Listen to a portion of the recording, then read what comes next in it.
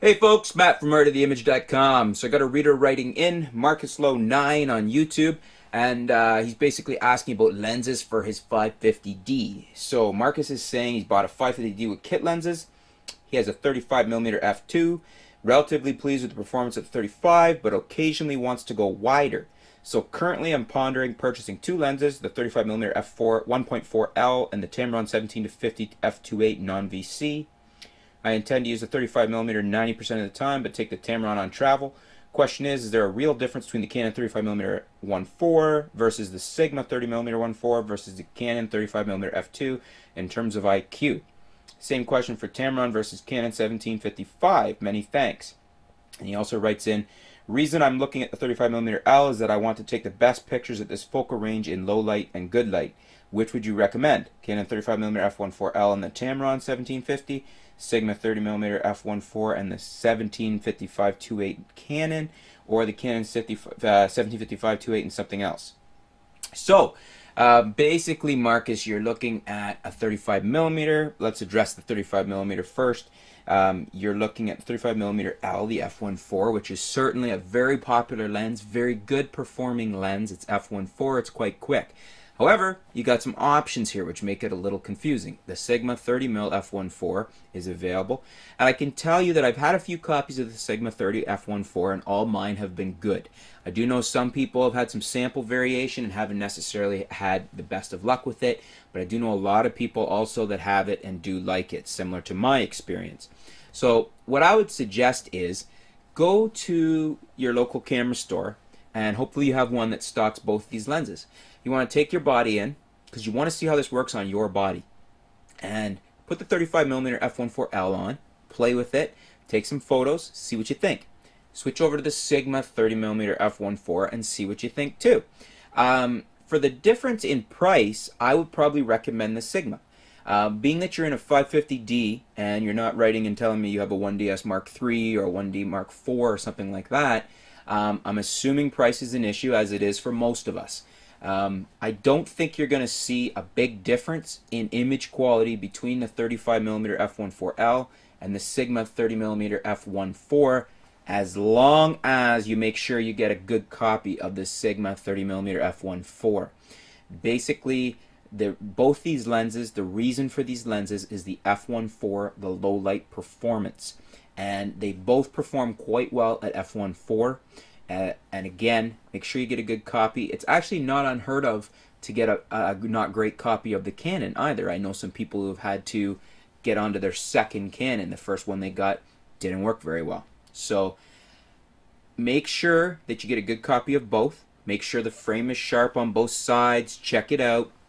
Make sure that its focus is sharp at f1.4, because these two lenses, f1.4, that's what you're paying for. And basically see what you think. Play with them in the store, take some photos, go home, look at your photos, and spend some time inspecting them and see what you think you like. I think you're probably going to lean towards the Sigma, because I don't think you're going to see the additional value in the Canon. I could be wrong. Don't get me wrong. I'm not knocking the Canon. I just think that the Sigma 30mm f1.4 is so close that for the price, that's the way I would kind of steer you. But again, you do some tests, look at the photos, see what you think. Now, I'm going to put a caveat in here. The 35mm f2 from Canon, very nice lens, very sharp and quite quick at f2. I mean, it's basically f1.8, f2 is pretty much very close, very fast lens at f2. So you get a little bit wider on the Sigma, which you do against the Canon 35mm f1.4 too. 5mm can make a big difference to some people, so that may be a selling feature of the Sigma you like too. But back to the Canon 35mm f2. Very sharp, already very fast. It's not f1.4, but it's still quite fast. It's faster than an f2.8 lens. So do you need either of these other lenses in place of your 35?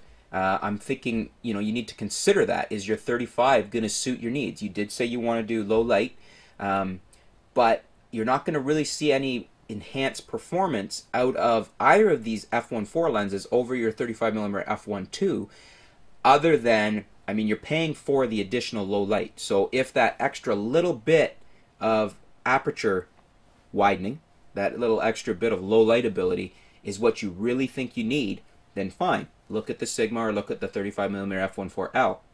However, if if f2 and f4 are close enough for you most of the time, do you even want to upgrade? The 35mm f2 is a great lens. Kirk Tuck loves that lens. If you check out his blog, you can see he loves that lens. He uses it a lot, and I think he's decided he didn't feel the need for the f1.4. And there's a very prominent, very well-respected photographer. He's written a lot of books on photography. Really good guy to listen to. And the 35mm f1.2, it's a good lens. So you've got to make this decision. Do you want to spend the extra money? Do you need the extra f-stop in order to justify spending that money? I would suspect that you might not, unless you're doing a ton of low light photography. You're not going to notice anything really as far as image quality better on the other two, the f1.4 lenses, than you are on the f2. It's just going to be you're getting that extra aperture, that extra speed on your lens, primarily. I mean, people will argue that, oh, you can't beat the bokeh on the 30mm f1.4L, or the same with the 30mm f1.4 Sigma, that it blows it out better in the background and things like that. And for most people, we're starting to split hairs. f2 is very fast, and it's going to have a nice bokeh, and it is fast enough that most people won't need the extra f1.4. So I hope that answers your question on the 35. Going over to the Tamron question, I'll answer that in the next video post because we're already getting a little overtime on this one. So thanks for tuning in. Thanks for your questions. If you have any questions, feel free to write them in, folks. Leave them comments, or write me on the blog, or write me at info@artoftheimage.com. And stay tuned. We'll be back with some new video posts, some new articles, and we'll keep up to date with what's going on in the world of photography. Thanks.